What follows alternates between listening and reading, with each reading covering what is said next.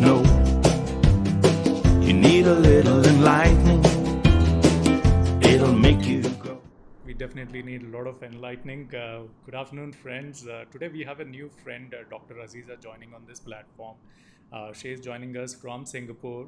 And before we get started, she is on a mission to help small businesses. And she's been the founder and chief mentor for this organization called GoGlobal.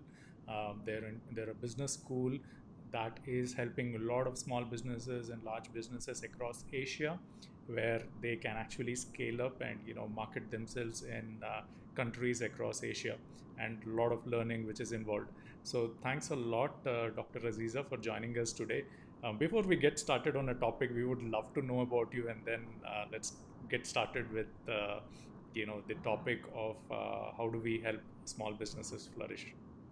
Sure. Thank you so much, Raviji, for the space, and welcome and namaskar to everybody, and peace greetings to everyone.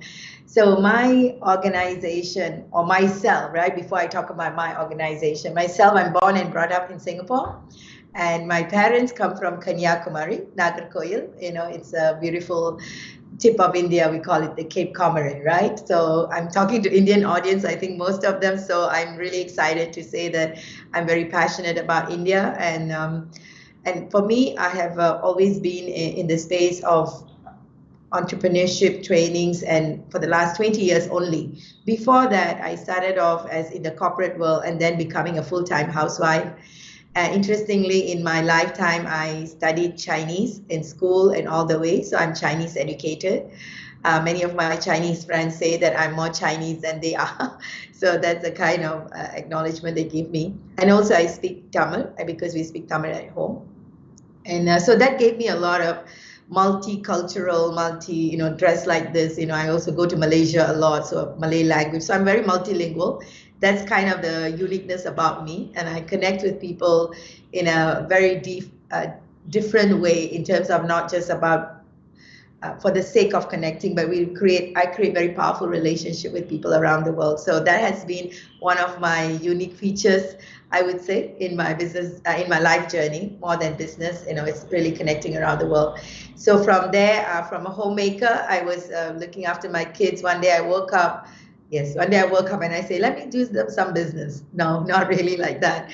One day I woke up and really playing with my kids, I was asking myself, what is my potential as a woman, as a human being, more than just a woman, and what else am I capable of, knowing what I know, and having been all these years of experience in my life, what else can I do to maximize my human potential? That got me to go into learning about myself, and I ended up in a program called the Accelerator Business School program, called the Money and You program. It was a transformational program. It's not a classroom. When people say training, they think of it like sitting down in a classroom, listening to some class and some motivation or some satsang, that people go through. But really, it was not so.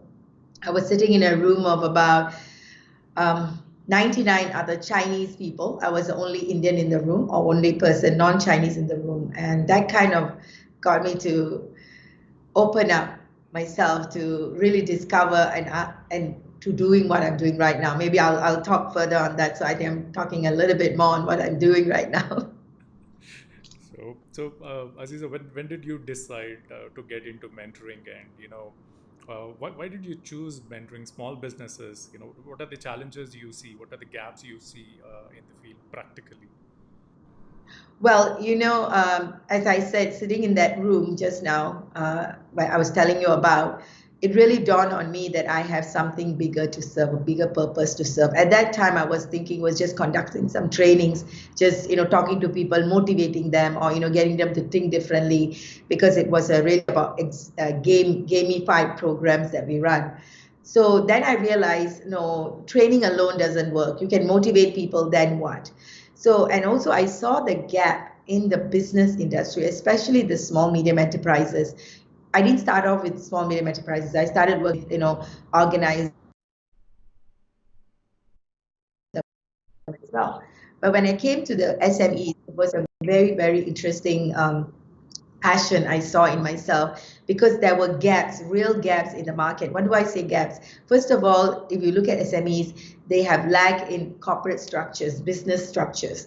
They do not know how to position. They don't even know the difference between a shareholder, a management, or and a board of director. There's a lot of differences. A corporate structure is missing. Why do you need a corporate structure is the next question.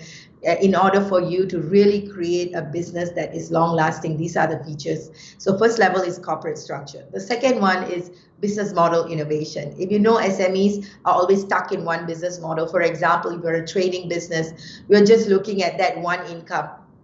You change the hands and you get money. When there's no changing of hands, there's no money. So that's a very dangerous business model. There's no business model innovation in them. So they lack, the growth in themselves, and they get stagnated at some point in time. And the third and the most important one is the investor relationship management, where we are talking about creating a business that is investable and bankable. They may be in business for 30, 40 years, many of them, but they do not know what is the valuation of their business or what's going to happen to their business once they move on. What is it that is going to happen to their legacy they've created? There's no structure and system to that. So we saw all these gaps, and most importantly, at the end of the day, now we're talking about a very interesting time in the world, right? How do you make your business pandemic proof?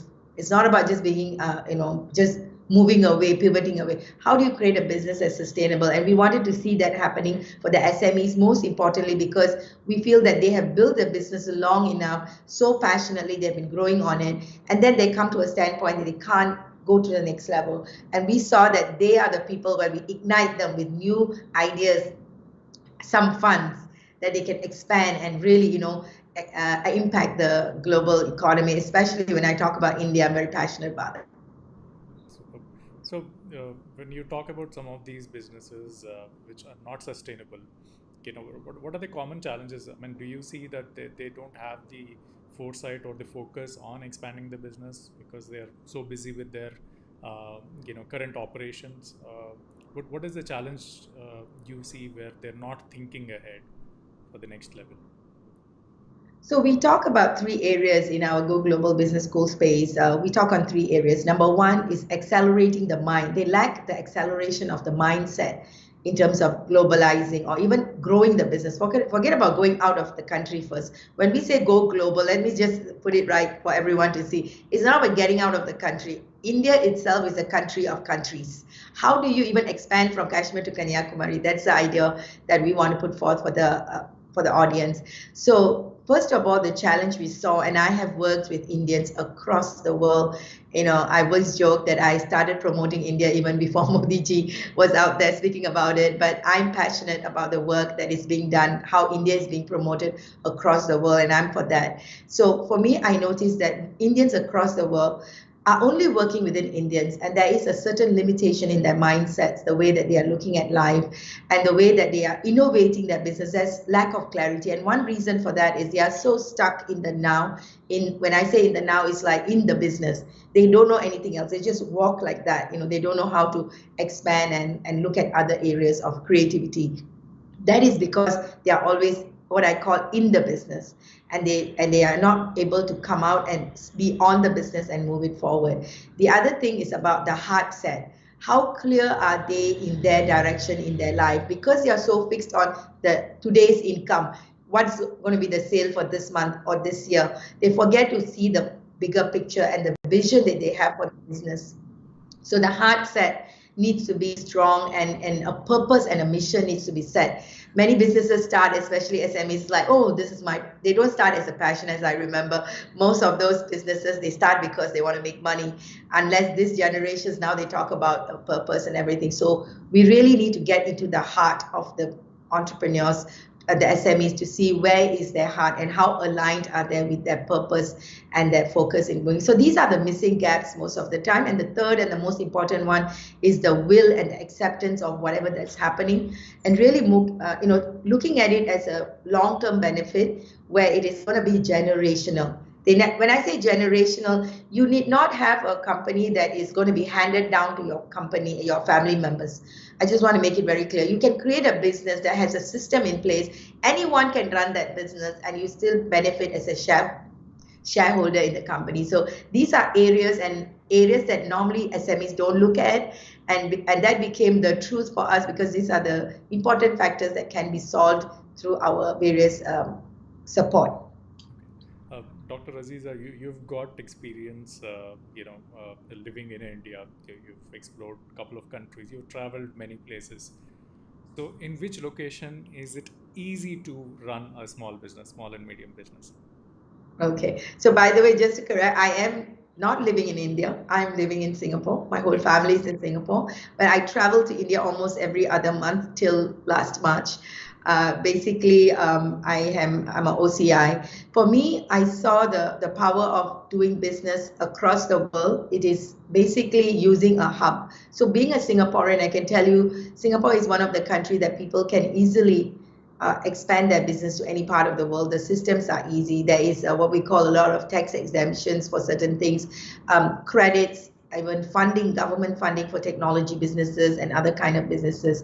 And being a Singaporean, I can set up a company in less than a few minutes. If you were to say that, very easily it can be done up, and you can open the bank account almost the next day. So the ease of doing business is definitely from Singapore, and also the financial benefit, and most importantly, the branding that it comes with it cannot be undermined. That's why we work with a lot of companies that, even though they are from India, and we have also witnessed many of them who come out of India, position themselves in Singapore and brand them from Singapore, and do what? Go back to India and expand it even massively. We cannot ignore the fact that branding matters a lot. So when you come from a country like Singapore, people relate to as being reliant, being trustworthy, compliant, transparent. All these are involved in that direction. So anytime Singapore is a place to start your business with. By the way, Singapore is not a place for you to expand your business, because we only have 5 million people in our country. It's a very small country. But it's a fantastic branding space, and everywhere else is the market, especially Malaysia, and of course going back to India. So, any specific message for women entrepreneurs based on your experience? Well, women entrepreneurs, that's always, people love to ask about women when they see me doing what I'm doing right now. I personally feel like there's no such thing as a men entrepreneur. Entrepreneurship is a human journey. The most important thing is for us to step up in our life as a powerful, evolving human being. So it's a journey we take. The more we grow, the more we realize there's still a lot to grow, that it humbles us. So most importantly is to allow ourselves to be a lifelong learner. And being a lifelong learner, you will be able to come into a clarity that there is a lot of growth needed, a lot of resilience needed. You need to overcome fear. Right now, the world is struck by fear, right? The whole world is struck by fear. So what can we do about that? It is about overcoming that fear. So everybody has fear in different aspects of our life. Somebody because of health, somebody because of relationships, some people because of money. There's so many areas, and right now there's other things. So what can we do about it is just focusing on our personal growth, staying intact as a compassionate, love-filled human being for ourselves. And then we can expand it to anything and everything that we want to do in our life, be it business or career path. There is a lot of hype with respect to startups, and there are a lot of college kids who want to just don't want to take up regular jobs, don't want to have the experience in a corporate life, directly want to jump into startups. So have you seen is this dangerous, or do you think that these youngsters are in the right direction, and there is a place where they can get help so that they don't make mistakes, they don't waste time? Well, one of the most important thing, interestingly, I was in the spike of the startup scene in India, which was around 2013, 14. I was there, and that's where we really saw suddenly everyone is a startup and everyone is a VC or an angel without knowing what's a VC and an angel. So and then you saw the whole fall of the industry when after 2-3 years, they realized that it doesn't work. So one thing, startups, when I say startup, there's 2 types of startup. One is a startup which is an entrepreneur who has kind of worked on so many things, and then he starts a new business. and he has business experience and the know-hows and what are the mistakes to be avoided. Then there's the other startup, I think that's the one you're referring to, who are clean slates. They don't even have entrepreneurship experience. But guess what? The clarity they need to have is, number one, to get a mentor, definitely someone that can guide them in not just one, in different areas of the business and their growth. And that's what we offer. In fact, we would love to offer the business success model. We have a checklist that people can look at. I'm more than happy to share with everyone. It's a free thing. You can connect with us. We will send it to you. It gives you the step-by-step different areas you need to look at in your business. In fact, I would say that as a startup, even if you're zero level, or the one I said, many years experience starting their own business, or even an SME, you can start today, right now, have a 3 years plan, and focus on the 3 years plan, not as a normal business plan, but what we call a financial reverse re-engineering. That means you look at yourself 3 years from now, what do you want to achieve in terms of the business numbers in financial terms, and also in terms of the way that they do their business, as in like how much of sales to be done. So if you look at that and then you work it backwards, and that can be a very powerful journey. So this is one of the many things that people avoid. They just jump in and they want to do everything and end up with nothing. So definitely a mentor is the first stage, and then everything else falls in place, be it finding their own niche, getting a collaborative team, having a system in place, and also making sure that the system is leveraged. The important word in business is leverage, where you surround yourself with a lot of different kind of leverages. So, Azeeza, talking about the earlier point which you discussed, where the startups are trying to do everything themselves, do you suggest one mentor who's got good exposure on all the functions or departments? We call it departments in India. We have startups which are basically into let's say engineering. They're engineers, and they need help in mentoring. For example, they need help with respect to marketing mentor. They need help with respect to mentor who's very good at sales, on ground sales, HR, finance. How do you manage funds the right way? So what do you suggest? Because there are a lot of functions out there, and the startup or the individual who doesn't want much of partnerships but want to run individually, what's the best solution for them as for you? So definitely, what you said, there are so many departments in business, right? So you don't need a HR department immediately when you start a business. So the most important team that you need to have is the team that runs your sales and your systems, your operations. These are the two important elements of a business. Many people spend their time as a product, or if you say most of them tech startups, focus on the product development. You need to make sure that your product you need to find an income generating model to work with the product development. And in that way, it becomes a new level of growth. One of the things that we are doing right now, and it's a very good question you asked, is we are working on, and right now I don't want to say which is one of the huge, largest financial institution in India. I leave it to your imagination who that is. We're going to bring in all the SMEs to be the mentoring partner of startups. So like what you said, instead of going out there to look for other kind of investors, we will, in our own ecosystem, get the SMEs to mentor the startups. And we have been doing that in our own small ways. Now we are going to be doing that in a collaborative manner. And we love to see how startups can be supported, because we are wasting resources. For example, a digital marketing company would have, can get a lot of support from a startup. So they become leveraged resources, be it anything that we're talking about, team and resources, everything is available from SME. So we're going to go into that real soon, like next month. Okay, superb.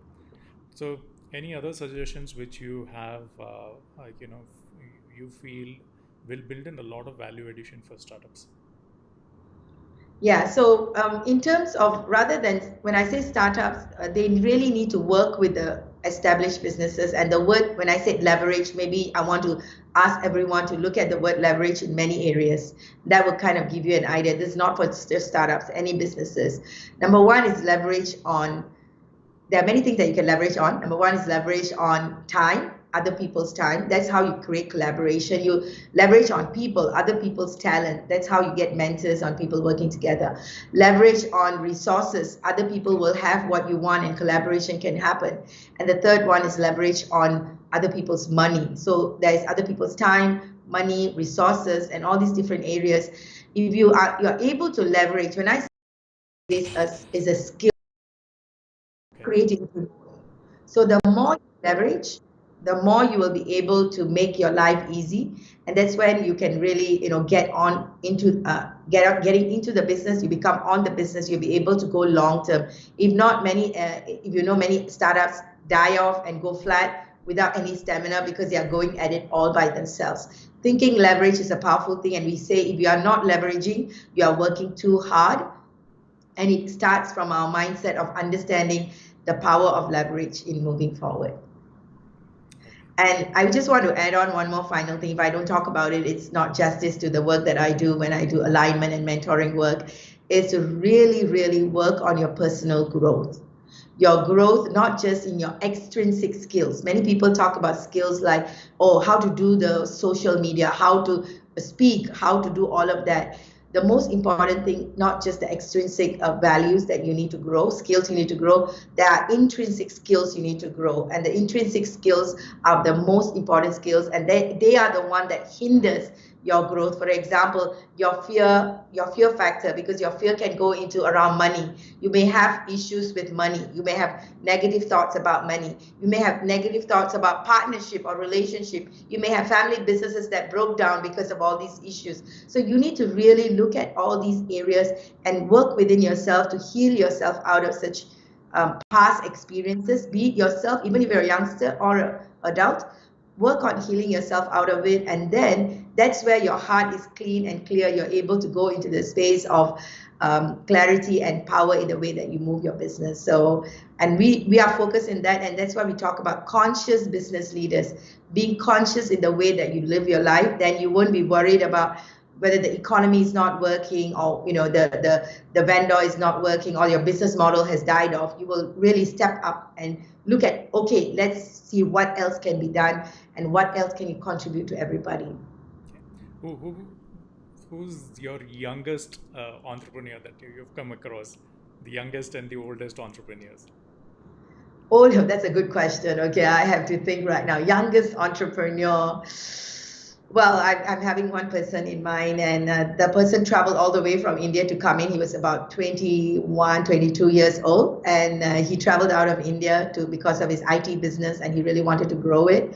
So he was very passionate about it, and he really launched some of our programs in India as well. So this passion, that's when I got trust in the new millenniums that they are able to achieve this for India, the drive that they have in the youth. He was one of them. The oldest entrepreneur definitely is my current network. I work with a lot of above 60s entrepreneurs and clients, and one of our partners, they are from the hotel group. They are SME listed company, and from Bombay Stock Exchange, and they actually the oldest. They hold a group of hotels in India. Okay. So most of the oldest entrepreneurs might be looking at sustainability. How do we build the next generation? Are these the thoughts in their mind? Well, interestingly, that is a family business. So the eldest person is kind of mentoring the younger ones still, because there is a generational gap. This one, you will start me a new conversation on altogether, because be it the younger generations have the drive, we need to allow them to move. Whereas the older generation has wisdom that may not be relevant for today's world. So we need to give that space and allow, be it young or old, for me is how open are we to change? How open are we to allow things to happen? How open are we to cause the effect? I always say cause above self.